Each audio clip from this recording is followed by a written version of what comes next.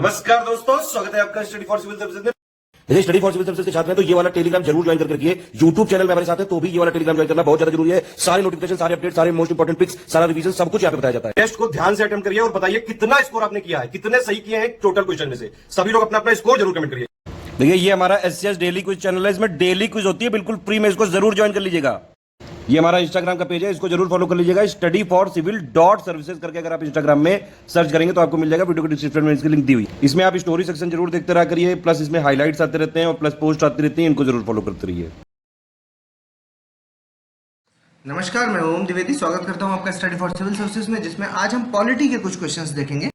और शुरू करने से पहले मैं आपको बता दूं कि स्टडी फॉर सिविल सर्विसेज के कई फ्री और पेड कोर्सेज यूट्यूब और टेलीग्राम पर मौजूद हैं, जिन्हें आप इस लिंक के थ्रू और इन दो नंबर्स पर कॉल करके ज्वाइन कर सकते हैं।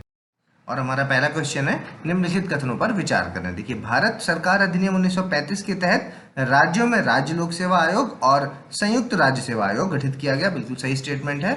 और भारत परिषद अधिनियम 1892 के तहत भारत परिषद का अंत कर दिया गया। ये वाला आपका गलत हो जाएगा, क्योंकि ये है जो वो गवर्नमेंट ऑफ इंडिया एक्ट 1935 के तहत ही किया गया था। ठीक, तो ये वाला गलत, पहला वाला सही। आंसर हो गया ए।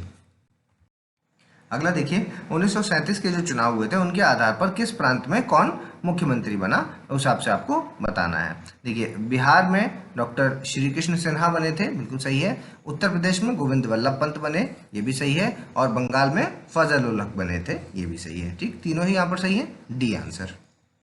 अगला देखिए, निम्नलिखित में से कौन से राज्य सूची के विषय हैं। राज्य सूची, ठीक है। देखिए, जनसंख्या है जो वो आपका समवर्ती सूची यानी कि कंकरेंट लिस्ट का है। आपका शिक्षा भी कंकरेंट लिस्ट का, कृषि है जो वो भी आपका स्टेट लिस्ट का पार्ट है, और जो रक्षा है वो आपका यूनियन लिस्ट का है। ठीक है, तो उस हिसाब से स्टेट वाला पूछा था तो 3 आंसर, सी आंसर हो जाएगा। अगला देखिए, निम्नलिखित कथनों पर विचार करें। देखिए, अनुच्छेद 45 है जो, उसमें यूनिफॉर्म सिविल कोड है जो, उसके बारे में बताया गया है। ठीक है, यूनिफॉर्म सिविल कोड, सभी जितने भी हमारे यहाँ जो धर्म चलते हैं, हिंदू मुस्लिम सिख ईसाई, सबका एक ही कोड होगा, एक ही नियम होंगे उसके बारे में। ठीक, तो आर्टिकल 44 में बताया गया है, ना कि 45 में, तो ये गलत हो गया। ठीक, गुजरात भारत का एकमात्र राज्य है जहाँ समान सिविल संहिता है, जो मतलब ये जो आपकी यूनिफॉर्म सिविल कोड है वो वहाँ लागू थी, तो वो भी गलत है, क्योंकि गोवा है वो राज्य। ठीक है, गोवा, ना कि गुजरात। ठीक, दोनों गलत है, डी आंसर। अगला देखिए, निम्नलिखित में से कौन सही सुमेलित है। ठीक है, आर्टिकल 48 है जो, वो किससे संबंधित है, वो है आपका पर्यावरण संरक्षण से संबंधित। ठीक, तो ये गलत हो जाएगा, क्योंकि 48A है आपका पर्यावरण संरक्षण। ठीक है, और 51 आपका कार्यपालिका और न्यायपालिका से पृथककरण, ये भी गलत, क्योंकि वो आर्टिकल 50 है, 50। ठीक, और 47 मद्य निषेध है जो, ये वाला सही है। और 45 है जो, वो है 6 से 14 साल तक के बच्चों के लिए निःशुल्क एवं अनिवार्य शिक्षा का प्रावधान। ठीक है, तो ये वाला भी गलत हो जाएगा, क्योंकि इसमें क्या है कि 0 अर्ली चाइल्डहुड केयर की बात की गई है। ठीक है, 0 से 6 साल तक के बच्चों की बात की गई है, अर्ली चाइल्डहुड केयर। ठीक, ये भी गलत हो गया, बचा यहाँ पे सिर्फ 3, तो आंसर हो जाएगा सी, ओनली 3। अगला देखिए, निम्नलिखित कथनों में से कौन सा सत्य है। आर्टिकल 12 है जो, उसमें स्टेट की जो डेफिनेशन दी है उसके बारे में है। राज्य की जो डेफिनेशन है उसका मतलब है सरकार एवं संसद। राज्यों की सरकार मतलब यहाँ पर भारत सरकार और संसद, राज्यों की सरकार और विधानमंडल, सभी स्थानीय प्राधिकारी और अन्य प्राधिकारी शामिल हैं। ठीक है, ये सही हो गया। ठीक, और आर्टिकल 12 में जो ये आपका प्राधिकारी वर्ड है, इसका तात्पर्य क्या है कि ऐसे व्यक्ति या फिर निकाय से है जो विधि, उपविधि, आदेश, अधिसूचना आदि बनाने या जारी करने की और प्रवर्तित करने की शक्ति रखता हो। ठीक, तो दोनों ही स्टेटमेंट यहाँ पर सही है। बेसिकली स्थानीय प्राधिकारी ये जो लिखा हुआ है, ठीक है, इसका मतलब क्या है, इसका मतलब हो गया, इसके अंदर आ जाएंगे आपकी नगर पालिका आ जाएगी। ठीक है, जिला बोर्ड आ जाएंगे, ग्राम पंचायत आ जाएंगे, माइनिंग सेटलमेंट बोर्ड आ जाएंगे। ठीक, ये सारी चीजें इसमें आ जाएंगी। ठीक है, तो दोनों स्टेटमेंट सही है, याद रखिएगा। आंसर है यहाँ पर सी। अगला देखिए, निम्नलिखित में से किनको राज्य नहीं माना। अभी हमने आर्टिकल 12 देखा, ठीक है, उसमें राज्य किनको माना गया वो बताया। अब आप बताइए कि इनमें से किसको नहीं माना गया। CSIR को नहीं माना, BCCI को भी नहीं माना, और निजी विश्वविद्यालय को। निजी विश्वविद्यालय कौन से है, जो सरकार से किसी प्रकार का अनुदान नहीं प्राप्त करते हैं, अनुदान। ठीक है, अनुदान नहीं प्राप्त करते कोई भी। ठीक है, तो वो आपके निजी विश्वविद्यालय हो गए, उनको स्टेट में नहीं काउंट किया, तो तीनों ही सही है, डी आंसर। अगला देखिए, निम्नलिखित कथनों में से कौन सत्य है। मूल अधिकारों का उद्देश्य ऐसी आर्थिक और सामाजिक दशाओं का सृजन करना है जिनके अंतर्गत यहाँ के नागरिक श्रेष्ठ जीवन बिता सकें। ठीक है, तो ये किसके लिए है? ये बेसिकली मूल उद्देश्यों का, अधिकारों का उद्देश्य नहीं है। ये किसका है? ये डीपीएसपीस के लिए है ना, कैसा स्टेट होने, वेलफेयर स्टेट की बेसिकली ये डेफिनेशन है। ठीक है, अगला देखिए, जिन अधिकारों में राज्य द्वारा भी हस्तक्षेप नहीं किया जा सकता मूल अधिकार कहलाते हैं। ये वाला स्टेटमेंट है जो ये आपका सही हो जाएगा। ठीक, तो दूसरा वाला सही है, पहला गलत, आंसर बी हो जाएगा इसका। अगला देखिए, मूल अधिकारों से संबंधित कथनों में से कौन सा सत्य है? देखिए, मूल अधिकार है जो वो असीमित नहीं है लेकिन वाद्य योग्य हैं। ठीक है, they are not unlimited but debatable. ठीक है, ये डिबेटेबल है। ठीक, सही स्टेटमेंट है। और राज्य मूल अधिकारों पर युक्त प्रतिबंध लगा सकता है। ठीक है, लेकिन ये जो आपके जो प्रतिबंध हैं वो है जो वो डिसाइड कौन करेगा कि ये युक्त है या नहीं है? वो प्रतिबंध तार्किक होने चाहिए या नहीं, इसका फैसला आपका कोर्ट करेगा। ठीक है, कोर्ट करेगा। ठीक है, तो ये वाला स्टेटमेंट भी सही है, सी आंसर। अगला देखें, निम्नलिखित में से किस अनुच्छेद के तहत ऐसे इलाके में मूल अधिकारों का क्रियान्वयन रोका जा सकता है जहां फौजी कानून प्रभावी हो? 33, 34, 35 या सभी? ठीक, तो इसके अनुसार कौन सा हो जाएगा? आर्टिकल 34। ठीक है, बी आंसर। अगला देखें, निम्नलिखित में से कौन सही सुमेलित है? 73rd कॉन्स्टिट्यूशनल अमेंडमेंट एक्ट है जो, उसके तहत पंचायती राज दिवस है। ठीक, तो ये सही है। 92nd अमेंडमेंट एक्ट दल बदल, ये गलत हो जाएगा क्योंकि उसमें 50 सेकेंड है। ठीक है, और 61st कौन सा है? मतदान की जो उम्र है 21 से घटा करके 18 वर्ष कर दी गई थी। ठीक, ये भी सही है। और 7th कॉन्स्टिट्यूशनल अमेंडमेंट एक्ट है, वो किससे रिलेटेड है? राज्य पुनर्गठन से संबंधित है, ये भी सही। ठीक है, तो यहाँ पर पहला, तीसरा और चौथा यहाँ पर सही है, यानी कि सी आंसर हो जाएगा। अगला देखें, संविधान सभा की समिति या फिर उप समिति में से कौन सही सुमेलित है? मौलिक अधिकार की जो उप समिति है उसके हेड कौन थे? जेपी कृपलानी। ठीक है, और अल्पसंख्यक उप समिति के एचसी मुखर्जी, दोनों सही हैं। और संचालन समिति जो थी, स्टीयरिंग कमेटी, उसके हेड थे राजेंद्र प्रसाद, तीनों सही हैं, डी आंसर। अगला देखिए, निम्नलिखित कथनों में से कौन सा सत्य है? नरसिम्हन समिति के द्वारा मूल कर्तव्य यानी कि फंडामेंटल ड्यूटीज को संविधान में सम्मिलित करने का सुझाव दिया गया। तो देखिए, ये वाला गलत हो जाएगा क्योंकि वो नरसिम्हन कमेटी नहीं थी। कौन सी थी वो थी स्वर्ण सिंह कमेटी। ठीक है, अगला देखते हैं, 42nd कॉन्स्टिट्यूशनल अमेंडमेंट एक्ट के माध्यम से 11 मौलिक कर्तव्य शामिल किए गए। ये वाला भी गलत हो जाएगा क्योंकि जब 42nd कॉन्स्टिट्यूशनल अमेंडमेंट एक्ट में आर्टिकल 51A को जोड़ा गया जिसमें कि फंडामेंटल ड्यूटीज हैं, तो 10 थे इस वक्त। ठीक है, और फिर जो 11वां है, 11th वन, ये वाला जो था वो 86th कॉन्स्टिट्यूशनल अमेंडमेंट एक्ट में जोड़ा गया था। ठीक है, 2002 में। ठीक है, तो ये भी दोनों गलत है, डी आंसर। अगला देखिए, निम्नलिखित कथनों में से कौन सा सत्य है? देखिए, उपराष्ट्रपति राज्यसभा के ऐसे संकल्प द्वारा पद से हटाया जा सकता है जिसे राज्यसभा में बहुमत से पारित किया हो और जिससे लोकसभा भी सहमत हो। सही स्टेटमेंट है। ऐसा कोई संकल्प तब तक प्रस्तुत नहीं किया जा सकता जब तक कि उस संकल्प को प्रस्तुत करने के आशय की सूचना कम से कम 2 माह पूर्व ना दी गई हो। ठीक है, ये पॉइंट गलत हो गया। ठीक है, क्योंकि 14 दिन का समय पीरियड फिक्स किया गया है। ठीक है, 14 डेज। ठीक, तो ये वाला गलत है, पहला वाला सही है, ए आंसर। अगला देखिए, निम्नलिखित कथनों में से कौन सा सत्य है? देखिए, राष्ट्रपति को यह विधायी शक्ति प्रदान करता है कि वह किसी व्यक्ति के मृत्यु दंड को क्षमा कर सकता है। ठीक है, तो देखिए, ये स्टेटमेंट इसलिए गलत हो जाएगा क्योंकि जो पार्डनिंग पावर है आर्टिकल 72 के तहत, वो pardoning power of the president है जो, वो विधायी शक्ति नहीं है। ठीक है, वो कैसी है? वो जुडिशियल पावर है इनकी। ठीक है, मतलब न्यायिक शक्ति है, judicial power.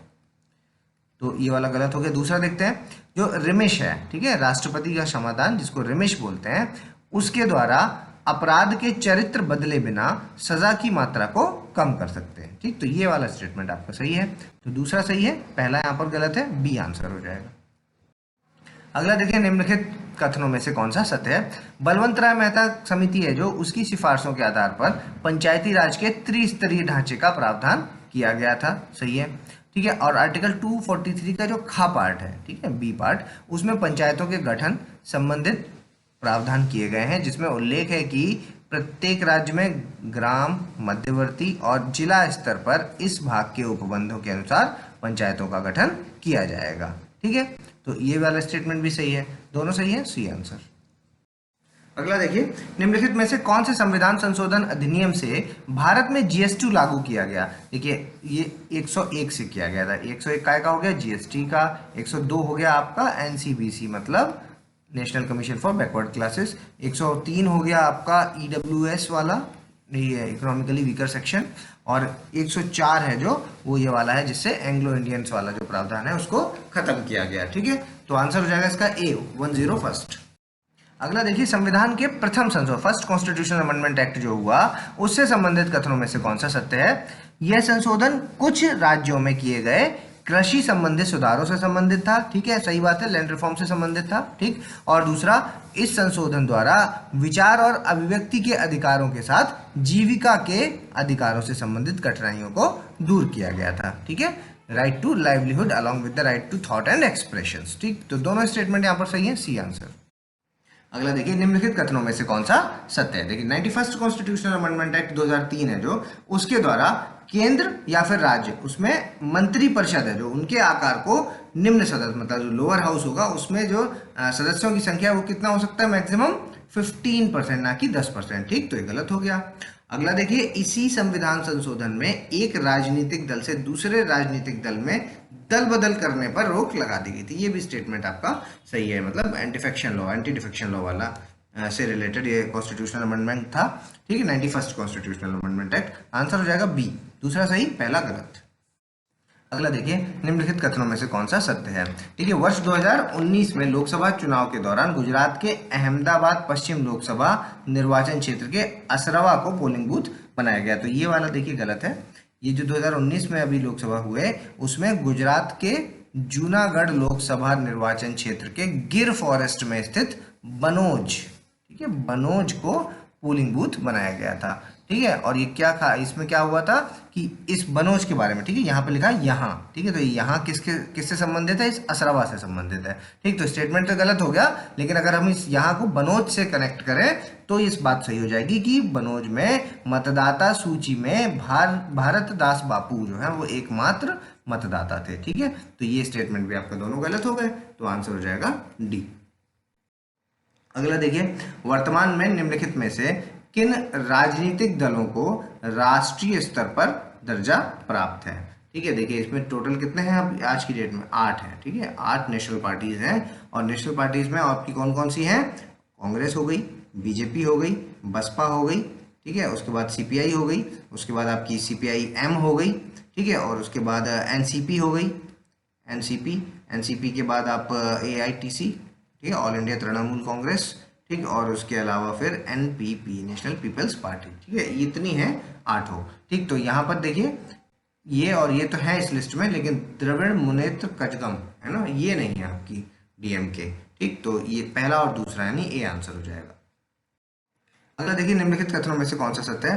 Bharatiya Janata party की स्थापना आधिकारिक रूप से 1980 में अटल बिहारी वाजपेयी के नेतृत्व में की गई। सही है, और इस पार्टी ने 1984 के लोकसभा के आम चुनाव जो हुए थे उसमें पहली बार भाग लिया था, और उसमें मात्र 2 सदस्य थे जो निर्वाचित हुए थे। ठीक है, तो ये स्टेटमेंट दोनों ही यहाँ पर सही है, आंसर हो जाएगा सी। अगला देखिए, निर्वाचन आयोग से संबंधित कथनों में से कौन सा सत्य है? भारत निर्वाचन आयोग एक संवैधानिक संस्थान है जिसका गठन कब हुआ? 25 जनवरी 1950 को। ठीक है, अगला देखिए, आयोग में वर्तमान में एक मुख्य चुनाव आयुक्त और 2 चुनाव आयुक्त होते हैं। सही है, ठीक है, इनकी नियुक्ति लोकसभा के द्वारा की जाती है। ये गलत हो गया, लोकसभा के द्वारा नहीं, कौन करते हैं?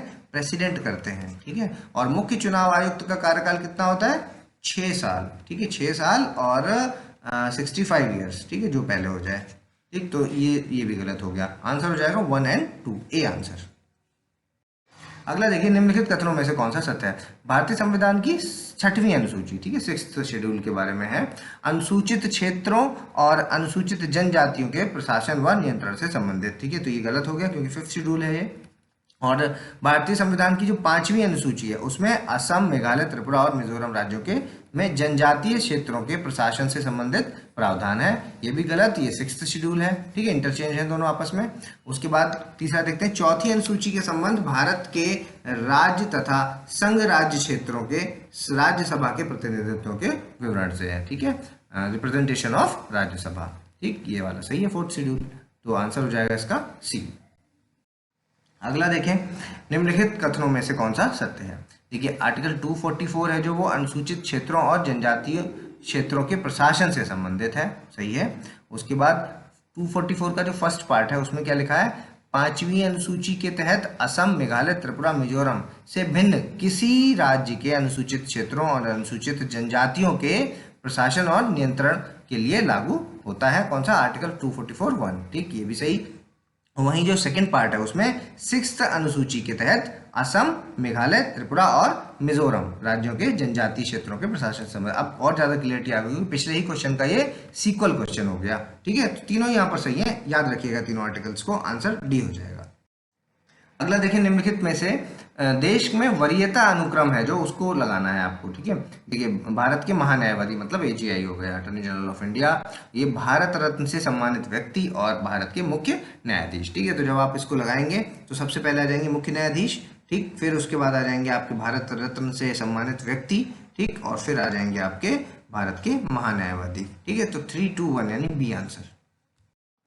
अगला देखिए, चीनी तिब्बती भाषा है जो वो निम्नलिखित में से कहाँ बोली जाती है। थाईलैंड में बोली जाती है, आपके म्यांमार में भी, भूटान में भी, और भारत के भी कुछ हिस्सों में, जैसे कि आपका जो नॉर्थ ईस्ट इंडिया है, ठीक है, भारत में भी हो गया। तो आंसर हो जाएगा डी, सभी सही है यहाँ पर। अगला देखिए, निम्नलिखित में से कौन सी समितियां और आयोग सही सुमेलित हैं। वीरप्पा मोइली आपके भारतीय प्रशासनिक व्यवस्था में सुधार के लिए है, सही है। और उसके बाद PC जैन कमेटी जो थी वो प्रशासनिक कानूनों की समीक्षा के लिए, ये भी सही है। और N गोपाल स्वामी अयंगर कमेटी जो थी वो मुख्यालय संगठनों के लिए पुनर्गठन, ठीक है, रीऑर्गेनाइजेशन ऑफ द हेडक्वार्टर, ठीक। तो ये तीनों यहाँ पर सही है, डी आंसर, याद रखिएगा, फैक्चुअल से। अगला देखें, निम्नलिखित में से कौन से भारत के प्राधिकारी राष्ट्रपति के समक्ष शपथ ग्रहण करते हैं। नीति आयोग के सदस्य ये नहीं करते क्योंकि ये आपके PM के द्वारा करते हैं, ठीक है। और मुख्य चुनाव आयुक्त, सही है। उसके अलावा नियंत्रक एवं महालेखा परीक्षक, ये भी सही है। और रिजर्व बैंक के गवर्नर, ये भी सही है, ठीक है। तो तीनों ही है, आंसर 2, 3 और 4 यानी बी आंसर। अगला देखिए, निम्नलिखित कथनों में से कौन सा सत्य है। नीति आयोग का अध्यक्ष प्रधानमंत्री द्वारा नियुक्त किया जाता है, ठीक। तो ये गलत हो जाएगा क्योंकि खुद ही प्रधानमंत्री नीति आयोग के अध्यक्ष होते हैं, यानी कि एक्स ऑफिशियो चेयरमैन होते हैं, ठीक। दूसरा, नीति आयोग का गठन कब हुआ, 1 जनवरी 2015 को, और उसने योजना आयोग का स्थान लिया, ये वाला सही है। और नीति आयोग सहकारी संघवाद के सिद्धांत पर आधारित है, ये भी सही है, 2 और 3 बी आंसर। अगला देखिए, निम्नलिखित में से कौन सी पंचायती राज समिति अपने गठन के साथ सही सुमेलित है। LM Singhvi committee, PK Rao समिति, और अशोक मेहता और बलवंत राय मेहता। तो बलवंत राय मेहता 57 सही है, अशोक मेहता 77, ये भी सही है। PK राव है जो वो 85 है, ठीक है। और LM सिंघवी 86 है, ये दोनों इंटरचेंज है आपस में, ठीक है। तो 3 और 4 सी आंसर। अगला देखिए, निम्नलिखित कथनों में से कौन सा सत्य है। भारत में पंचायती राज के 50 वर्ष पूरे होने के उपलक्ष्य में 2010 को भारत सरकार ने ग्राम सभा वर्ष घोषित किया, ठीक। तो गलत हो जाएगा ये, क्यों, क्योंकि 2009 को किया था, ना कि 2010 को, ठीक, ये गलत हो गया। अशोक मेहता समिति ने द्विस्तरीय पंचायती राज व्यवस्था की सिफारिश की, ये वाला स्टेटमेंट सही है, आंसर हो जाएगा बी।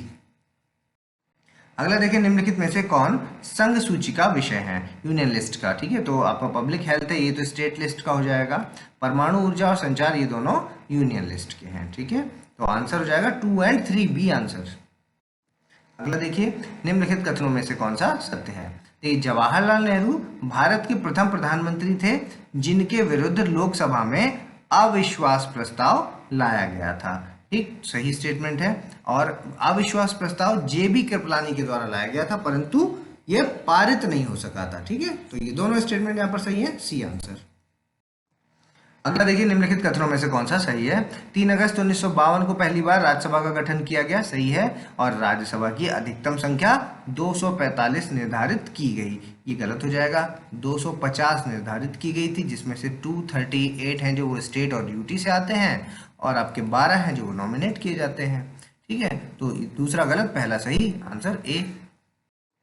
अगला देखें, निम्नलिखित कथनों में से कौन सा सत्य है। देखिए, भारतीय संविधान का जो भाग 17 है उसके अनुच्छेद 343 के अंतर्गत संघ की भाषा का उल्लेख किया गया, सही है।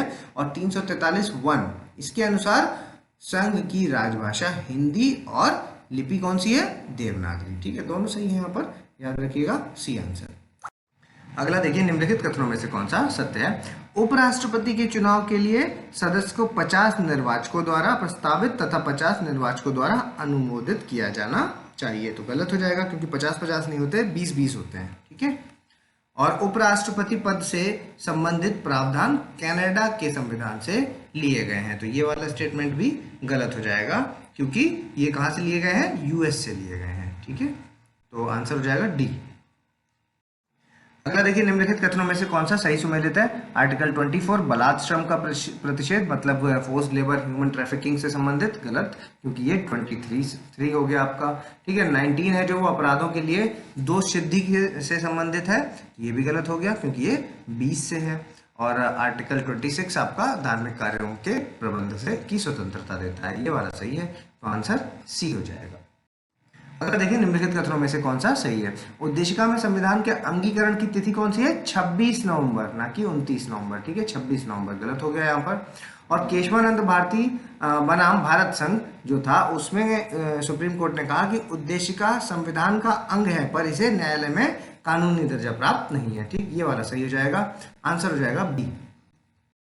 अगला देखिए, निम्नलिखित में से कौन से प्रावधान है जो ब्रिटेन से लिए गए हैं? द्विसदनीय व्यवस्था ब्रिटेन का है, राष्ट्रपति पर महाभियोग यूएस का है, उसके बाद मंत्रिमंडल प्रणाली ये भी ब्रिटेन का है, और राष्ट्रपति की निर्वाचन पद्धति ये आयरलैंड का है। ठीक, तो आंसर अपना हो जाएगा 1 और 3, यानी सी आंसर। अगला देखिए, निम्नलिखित कथनों में से कौन सा सत्य है? भारत में कृषि आय पर कर जो है वो राज्य सरकारों द्वारा लगाया जा सकता है, क्योंकि कृषि है जो वो राज्य सूची का विषय है। सही स्टेटमेंट है।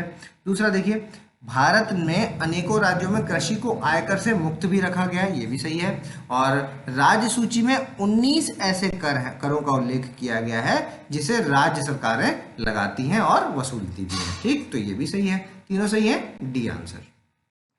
निम्नलिखित कथनों में से कौन सा सत्य है?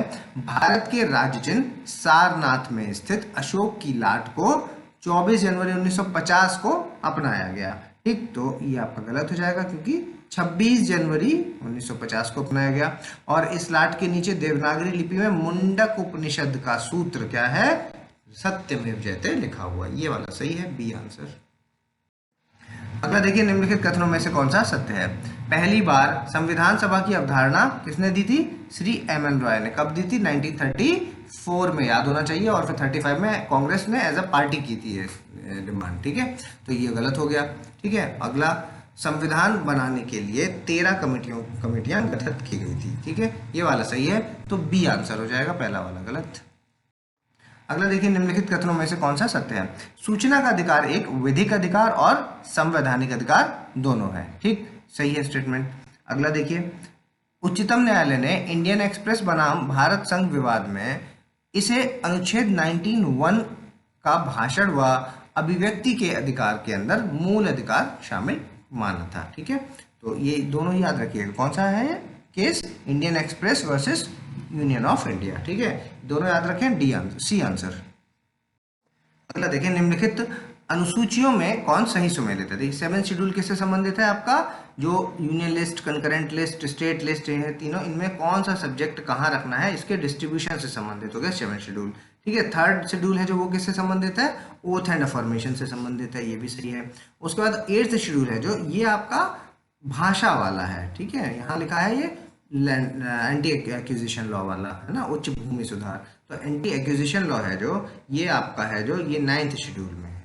ठीक है, तो ये गलत हो गया, पहला दूसरा यहाँ पर सही है, ए आंसर। अगला देखें, निम्नलिखित कथनों में से कौन सा सत्य है? प्रशासनिक सुधार आयोग भारत के लोक प्रशासन को और अधिक मजबूत बनाने के लिए सुझाव देने हेतु बनाया जाता है। ठीक, सही स्टेटमेंट है। और प्रथम प्रशासनिक आयोग कब बनाया गया? 1966 में। ठीक है, इसको गठित किया गया, तो ये स्टेटमेंट भी आपका सही है। और सेकंड वाला है जो ये 2005 में गठित किया गया था।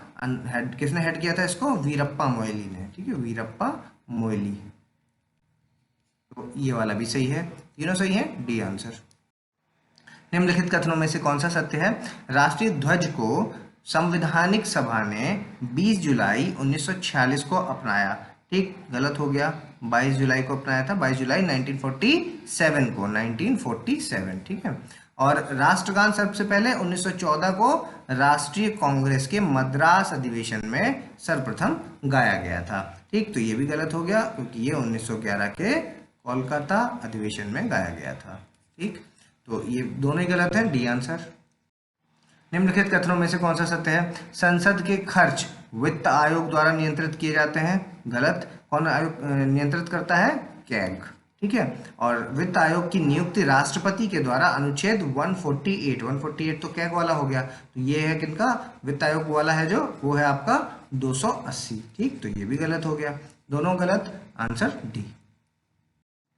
अगला देखें, निम्नलिखित कथनों में से कौन सा सत्य है? देखिए, लोकसभा भंग होने के बाद भी स्पीकर अपने पद पर बना रहता है जब तक नई निर्वाचित लोकसभा का पहला अधिवेशन ना हो जाए। ठीक है, सही स्टेटमेंट है। दूसरा, सुमित्रा महाजन द्वितीय महिला लोकसभा अध्यक्ष तथा गैर कांग्रेसी लोकसभा अध्यक्ष हैं। ठीक, ये भी स्टेटमेंट सही है, सी आंसर हो जाएगा। अगला देखें, 1946 पर आधारित निम्नलिखित में से कौन सा पोर्टफोलियो है जो वो सही समय लेता है? ठीक है, तो जॉन मथाई को क्या मिला था? उद्योग एवं आपूर्ति, मतलब इंडस्ट्रीज एंड सप्लाई। ठीक है, असफ अली रेलवे और परिवहन, रेलवेज एंड ट्रांसपोर्ट, और जोगिंदर नाथ मंडल जो थे वो कानून मंत्री बनाए गए थे। ठीक है, तो तीनों ही यहाँ पर सही है, आंसर हो जाएगा डी। अभी आपको वीडियो को पॉज करना है और अपना स्कोर हमें कमेंट्स के माध्यम से बताना है। अगर अभी तक आपने हमारे चैनल को सब्सक्राइब नहीं किया तो सब्सक्राइब करें, बेल आइकन की बटन दबाएं। जल्दी मिलेंगे अगले टॉप 50 क्वेश्चंस के साथ, तब तक के लिए धन्यवाद।